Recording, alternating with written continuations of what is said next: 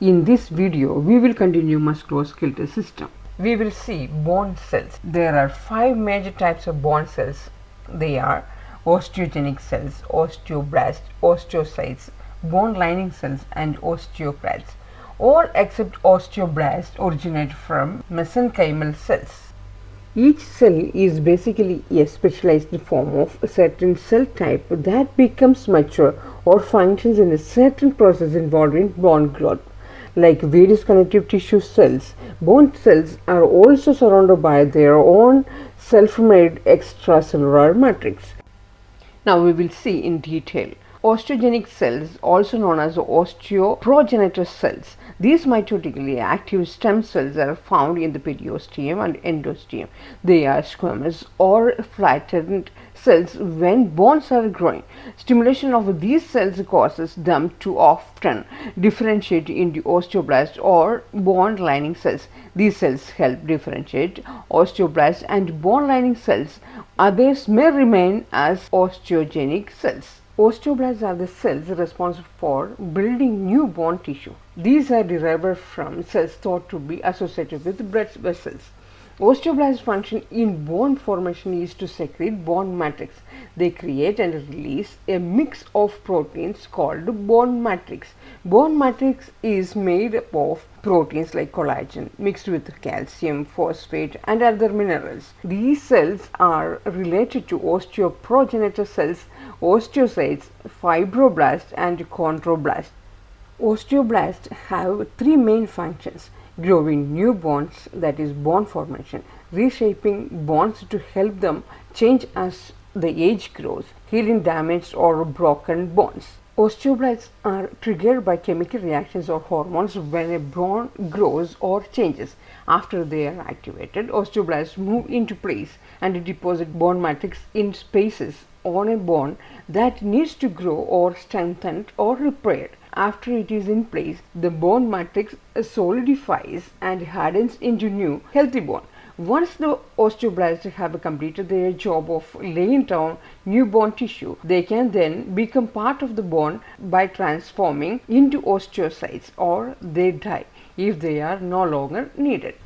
Osteoblasts are the bone forming cells that secrete collagen and other constituents of bone tissue. They are present in the deeper layer of periosteum, and they are present in the center of ossification of immature bone, and they are present at the ends of the diaphysis adjacent to the epiphyseal cartilages of long bones, and they are present at the site of a fracture. As bone develops, osteoblasts become trapped and remain isolated in lacunae. They stop forming new bone at this stage and are called osteocytes. These are mature osteoblasts that have become embedded in the bone matrix. Osteocytes are nourished by tissue fluid in the canaliculae that radiate from the Haversian canals. Their functions are not clear, but they may be associated with the movement of calcium between the bones and the blood. Osteocytes are mature bone cells involved in bone maintenance. They occupy small cavities called lacunae in the bone and have protoplasmic projections connected with the same structure of other osteocytes. The osteocytes conform to the shapes of the lacunae. These connections forms a system of tiny canals within the bone matrix and act to maintain it as needed. When osteocytes die, the matrix surrounding them is resolved. They also react to strain or stress and respond to stimuli such as bone deformation, bone load, and weightlessness. The osteocytes allow the osteoblasts and osteoclasts to build up or regrade or degrade the bone matrix as needed. This preserves calcium homeostasis. Osteocytes are distributed within the lamellae, forming the network that maintains the viability and the structural integrity of bone. The Haversian canal is located in the center of the osteons, containing blood vessels and nerves. Blood vessels facilitate the exchange between osteocytes and blood. The vascular network provides structural support, nutrition, and a waste removal system within this space. Bone lining cells are flat cells on bone surfaces where bone remodeling does not occur and are believed to also help maintain the bone matrix. On external bone surfaces, they are called periosteal cells, and when they line internal surfaces, they are called endosteal cells. Next cell is called osteoclast. Osteoclasts are located in shallow house lacunae, that is small pits in bones. They are multinuclear cells involved in dissolving and resolving bond to maintain the marrow cavity. Osteoclasts are large multinucleated bone cells found at the site of bone resorption, which is called osteolysis. Osteolysis is a progressive condition where bone tissue is destroyed. They form from the hematopoietic stem cells that also differentiate into macrophages. The microscopic function unit of mature cortical bone is the osteon or Hawaiian system. The center of the osteon is a Hawaiian canal, contains a capillary. Around the capillary are circles of mineralized bone matrix called lamellae. Within the lamellae are lacunae that contain osteocytes. These are nourished through tiny structures called canaliculi, which communicate with adjacent blood vessels within the Hawaiian system. Lacunae and calicellous bone are layered in an irregular lattice network known as trabeculae. Red bone marrow fills the lattice network. Capillaries nourish the osteocytes located in the lacunae. Osteoclasts dissolve and break down old or damaged bone cells. They make space for osteoblasts to create new bone tissue in areas that are growing or need repair. If osteoblasts are rebuilt, osteoclasts are bone demolition crew. Osteoclasts release enzymes that break down old bone. Osteoclasts are also known as osteophages. They secrete an acid that dissolves the matrix. They trigger chemical reaction on the surface of old bone tissue that dissolves it and creates a space for newer, stronger tissue to form in its place. The enzyme osteoclast release breaks down hardened bone matrix and reabsorbs it into the body. This leaves microscopic pits and divots on the surface of the bone. Once the targeted tissue in those places is dissolved, osteoblasts move in and deposit new bone in the same spot. They resorb bone matrix throughout life, replacing it with osteoblast.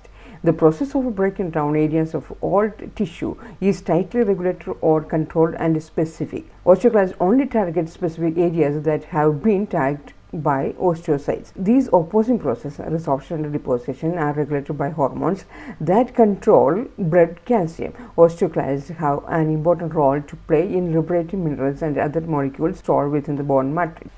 Bone tissue serves as an important source of essential minerals including calcium and phosphate and other biological molecules such as growth factors.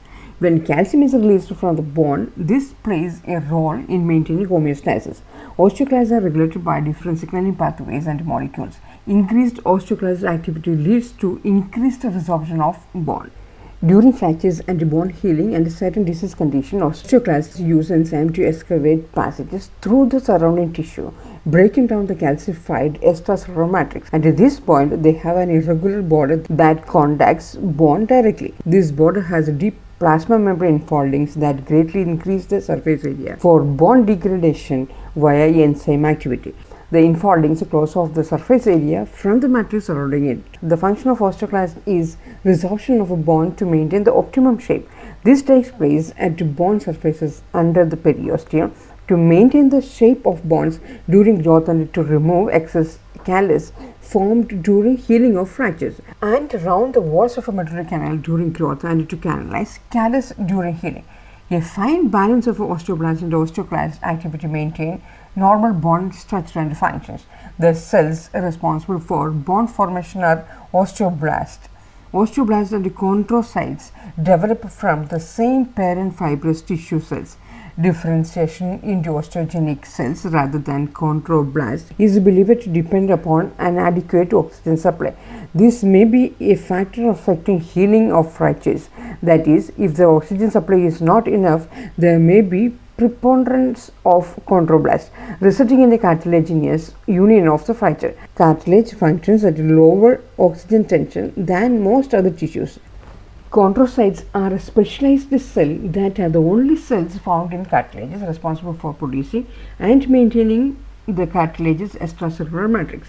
They are vital for the structure, support, and cushioning functions of cartilage in joints and other areas of the body, and they play a role in bone development and fracture repair. Covering the bone is a dense fibrous membrane known as the periosteum. This membranous structure nourishes bone and facilitates its growth. The periosteum contains nerves, blood vessels and lymphatics. It also provides for the attachment of tendons and ligaments. The endosteum is a thin vascular membrane that covers the marrow cavity of long bones and the spaces in cancellous bone.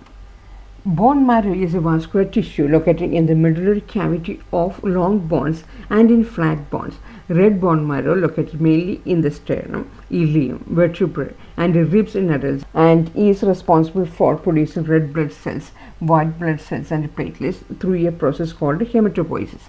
In adults, the long bone is filled with fatty yellow marrow. Bone tissue is well vascularized. Cancellous bone receives a rich blood supply through metaphyseal and epiphyseal vessels. Periosteal vessels carry blood to combat bone through minute Volkmann canals. In addition, nutrient arteries penetrate the periosteum and enter the medullary cavity through foraminae, that is, small openings. Arteries supply blood to the marrow and bone. The venous system may accompany arteries or may exit independently.